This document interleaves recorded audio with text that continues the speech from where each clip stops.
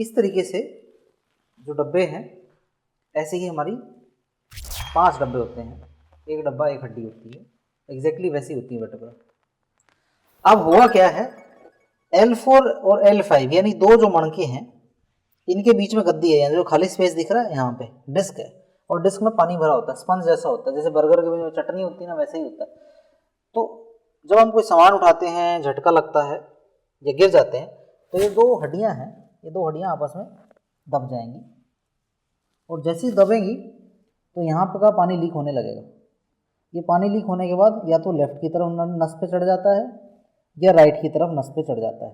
अगर L4 L5 में अगर किसी को स्लिप डिस्क है तो मोस्ट लाइकली 95% है लेफ्ट की नस दबेगी, तो इनको लेफ्ट में दबा है। अगर आपके भी लेफ्ट में दर्द है तो 90% चांसेस हैं कि ये लेफ्ट का L4 L5 स्लिप डिस्क है, और राइट में है तो L5 S1 में है। अगर दोनों में है तो स्टेनोसिस है या दो डिस्क बल्ज है, तो ये डिफरेंस तीनों में रहता है।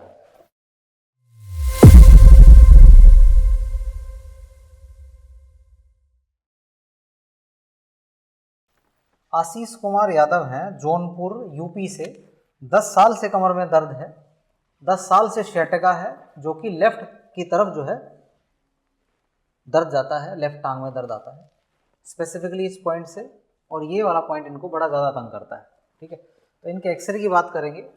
अगर आप ध्यान से देखेंगे तो वक्त के साथ जब इतना लंबा टाइम बीतता है तो इनकी जो कमर जो है वो तिरछी हो गई है।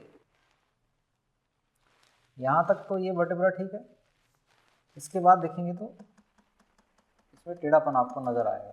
ठीक है, ये सीधा है, यहाँ तक कमर जो है लेफ्ट की तरफ झुक गई है। वक्त के साथ होता क्या है, झुकाव इसलिए आता है क्योंकि आप जैसे आप दर्द ठीक करने का बॉडी को अगर मौका नहीं देंगे तो बॉडी अपने दाब से ठीक करती है। फर्ज करें कि किसी का हाथ टूट जाता है तो पुराने ज़माने में क्या करते थे लोग, उसको फट्टी बांध देते थे, वहीं पे सेट नहीं करते थे तो वहीं जुड़ जाता था। ऐसी बॉडी अगर आप कोई भी चीज़ को ठीक नहीं करेंगे तो बॉडी उसको जोड़ने का प्रयास करती है। इसको बोलते हैं कंपनसेटरी इफेक्ट। कंपनसेटरी इफेक्ट जितना ज़्यादा होगा, जितनी ज़्यादा चीज़ों को घेरेगा, उतना ही ज़्यादा उसको मुश्किल होगा ठीक करना।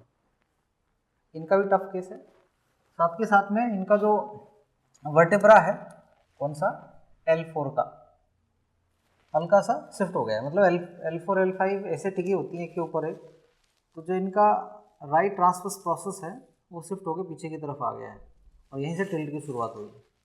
तो राइट ट्रांसवर्स प्रोसेस को फिक्स करेंगे हम लोग, L4 L5 को करेंगे, और सैक्रम की इंस्टेबिलिटी को भी हम फिक्स करेंगे।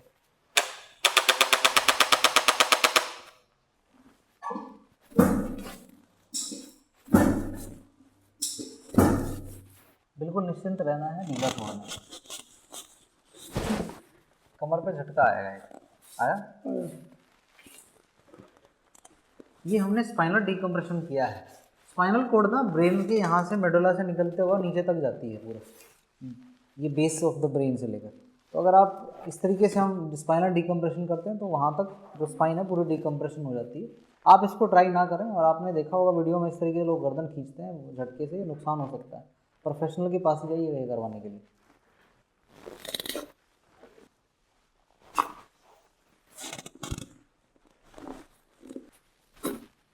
साइड पोजीशन पे हम क्या करने वाले हैं, जो L5 है उसकी ट्रांसवर्स प्रोसेस को मामेलियर थ्रस्ट देके सुपीरियर डायरेक्शन पे थ्रस्ट देने वाले हैं हम लोग। ठीक है,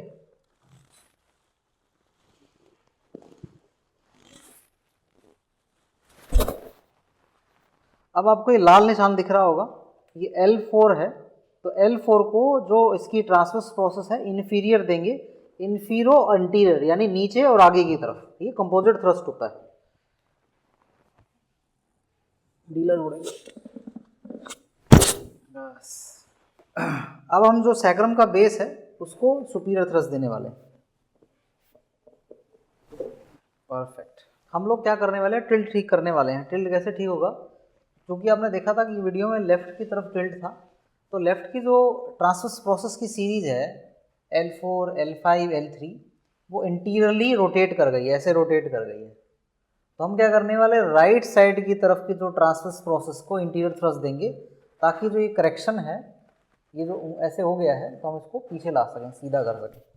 इस तरीके से नीचे थ्रस्ट दिया जाएगा इसको और इन दो वर्टेब्रा को। ध्यान रखिए सेंटर में नहीं होता, ये डिपेंड करता है एक्सरे में हम किस तरफ दे रहे हैं, लेफ्ट में या राइट में। आपको सेंटर में दिखाई देगा हर वीडियो में, बट ये बड़ा स्पेसिफिक होता है हर बार। और नीचे जाए, नीचे जाए, शाबाश, एक बार और, बस, सांस बाहर। आपने देखा होगा कि हमारा बैठने के बाद दर्द कमर का बढ़ जाता है, लेकिन हम चलते हैं तो बड़ा कम हो जाता है। ऐसा क्यों है आप समझिएगा। ये जो डिस्क, ये जो वर्टेब्रा है, वर्टेब्रा को हमने पत्थर से रिप्रेजेंट करा है, ठीक है। अब आप देखेंगे तो ये बैठे हैं, तो धीरे धीरे जैसे जैसे बैठे रहेंगे तो ये दोनों के वर्टेब्रा के बीच में कंप्रेशन आना स्टार्ट होगा, धीरे धीरे धीरे करके ये दोनों कंप्रेस हो जाएंगे। जब कंप्रेस होते हैं डिस्क दबेगी, डिस्क दबेगी तो डिस्क में सूजन आएगी, आसपास की मसें खिंच जाएंगी। बट जैसे ही आप चलने लगते हो, वॉकिंग करने लगते हो, जैसे जैसे मूवमेंट बढ़ाते हो तो इसमें स्पेस बड़ा बढ़ने लगता है। फिर आप बैठोगे, धीरे धीरे करके चली जाती है, ऐसे दबाव आने लगता है। तो इसलिए बैठने पे दर्द बढ़ जाता है और खड़ा होने में, चलने पे दर्द कम हो जाता है। और हमें इनकी मूवमेंट को ही रिस्टोर करें दोनों को।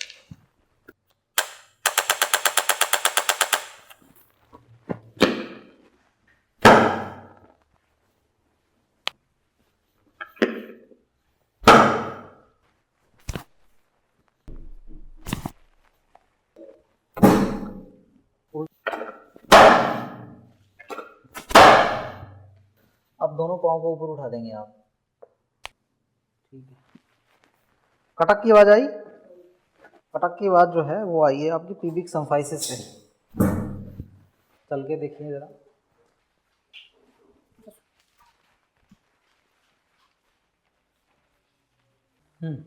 क्या अपडेट है? ठीक, अच्छा है, ठीक लग रहा है, बैठिएगा। जौनपुर से हैं सर। यहाँ आने से पहले बहुत सारे डॉक्टर को पता दिखाया होगा, सर कम से कम 10 जगह दिखाया होगा, ठीक है। हर उन 10 लोगों ने, 10 डॉक्टरों ने क्या सलाह दी थी आपको? सलाह है कि झुक के काम कोई नहीं करना है, हार्ड काम नहीं करना है, ये सब आप दवा देते थे। दवा देते तो जब खाते थे वो तो ठीक था, छोड़ देते थे तो नहीं, तब तक नहीं ठीक रहता था, तब भी ठीक नहीं होता, दवा के साथ भी। अच्छा जी, हमने जो आपको ट्रीटमेंट किया है, अपने आप को कितने नंबर देंगे आप? 100 में से 90। 100 में से 90 नंबर दोगे। 10 नंबर काट लिए आपने हमारे, ठीक है। 10 नंबर देखो कैसे बढ़ाने हैं। रोज़ाना उल्टा चलना है 20 मिनट और उसके बाद लटकना है।